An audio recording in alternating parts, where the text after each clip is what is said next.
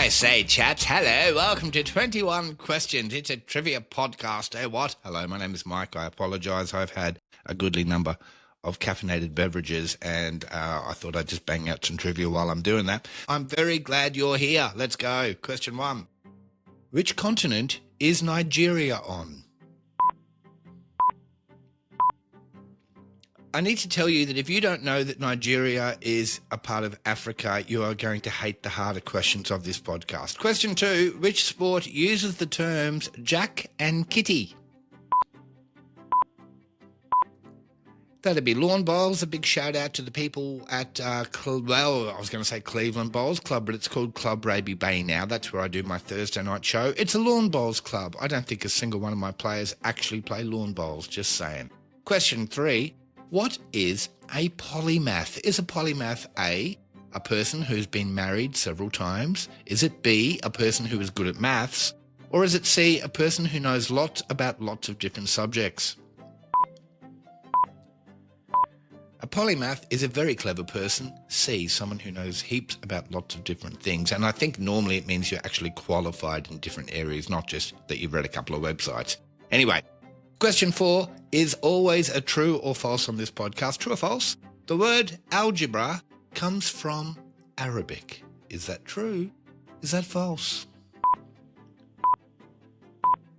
That's actually true. It comes from the Arabic term al-jabra, which I think means a stupid way of asking a maths question designed to annoy high school students and fill their heads with stuff they'll never use again once they graduate unless they become a high-level scientist or whatever.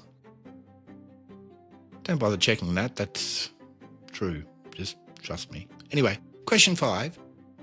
Would Austria be before or after Australia on an alphabetical list of countries? Unusual question for us. Austria would be after Australia. Depending on the list, there's lots of different lists of countries, whether the UN recognise them or not. Sometimes there's 195 countries in the world, sometimes there's 200. Anyway, on the list I saw, Australia was 9th, Austria was 10th, Afghanistan was 1st, and ironically, Zambia was last on the list I saw, which means the people in Zimbabwe are right now going, hey, what about us? Anyway, question whatever comes next. Hang on. Question 6. Who sang My Heart Will Go On the soundtrack of 1997's Titanic? Every night I see you. Is that even the words? I see you, I feel you. That's Celine Dion. I'm just going to say, one of the most boring humans on the planet as far as I can tell. I could be wrong about that. She might be a party animal. I do know that she once did a cover of AC/DC's You Shook Me All Night Long, which is a crime against both music and humanity. Unless you love Celine Dion, in which case I do too. Good. Question 7, human biology now. Does an adult male body contain closer to 3, 6 or 9 litres of blood?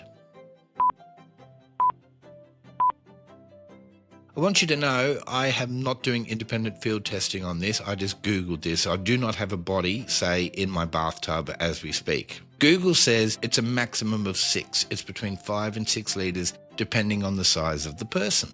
Alrighty. After question 7, we do the first clues for the Who Am I for the EP. And today, it's something a little bit different. It's a song. Who am I? I am a classic song first recorded in 1955.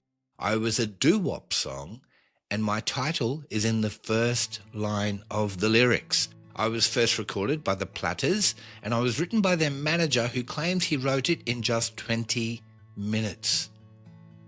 Now, I think you'll all know that song. You may not have got it from those clues, but I think you will when we do more clues after question 14. Question 8. Are baboons monkeys or apes? Baboons are monkeys. Question 9. Which jazz artist's international career was launched after his version of It Had to Be You, featured on the movie When Harry Met Sally? That would be Harry Connick Jr. Harry Connick Jr. Question 10. What do the initials GPS stand for, as in the navigational systems? That would be Global Positioning System, GPS. Question 11 is another true or false. True or false? The beauty products entrepreneur Elizabeth Arden's real name was Florence Nightingale Graham. Could that possibly be true, or is that false? That one's true. Florence Nightingale Graham. She was born in 1884. She lived to 1966, but she had parents that loved Florence Nightingale, I assume. Question 12. We're at the movies. It's 80s movies trivia. This question was sent in by Sue, who used to play trivia at my shows at Greenbank Services Club back in the day when I did them on Tuesday nights. Now one of my team, his name is Andrew, runs that show. In any case, Sue asks, in which 1986 Molly Ringwald movie did John Cryer find fame playing Ducky? See, this is kind of a tricky question for me because to me, all of Molly Ringwald's movies are kind of interchangeable from that era, but this particular one was Pretty in Pink. And of course, John Cryer went on to star in 2.5 Men with Charlie Sheen. Question 13. Which country is Caracas the capital and largest city of? It's a South American country. We asked about it a while ago in relation to their oil, as I remember. It's Venezuela. Officially, Caracas is known as Santiago de Levin de Caracas. I'm not from there, but it's something like that. Question 14. According to the Oxford Dictionary, what is a bird watcher whose main aim is to collect sightings of rare birds called? It starts with T. If you're a bird watcher, you are a twitcher, which is not a very flattering name, I don't think. More clues now for the Who Am I? If you recall, it's the doo-wop song. Title is sung in the first line. Who am I? I am a much-covered song. Gene Pitney, Roy Orbison, Australia's The Deltones, if you remember them, and, more famously, Dolly Parton in 1984 and Freddie Mercury in 1987 all had a crack at me. Chrissie Hynde is said to have named her band after me. What was Chrissie Hynde's band name? The Who? No, they weren't The Who, but The Who. All right, well, more clues after question 20 if you need them. For now, question 15 in the original Trivial Pursuit board game. Is the brown category history or arts and literature?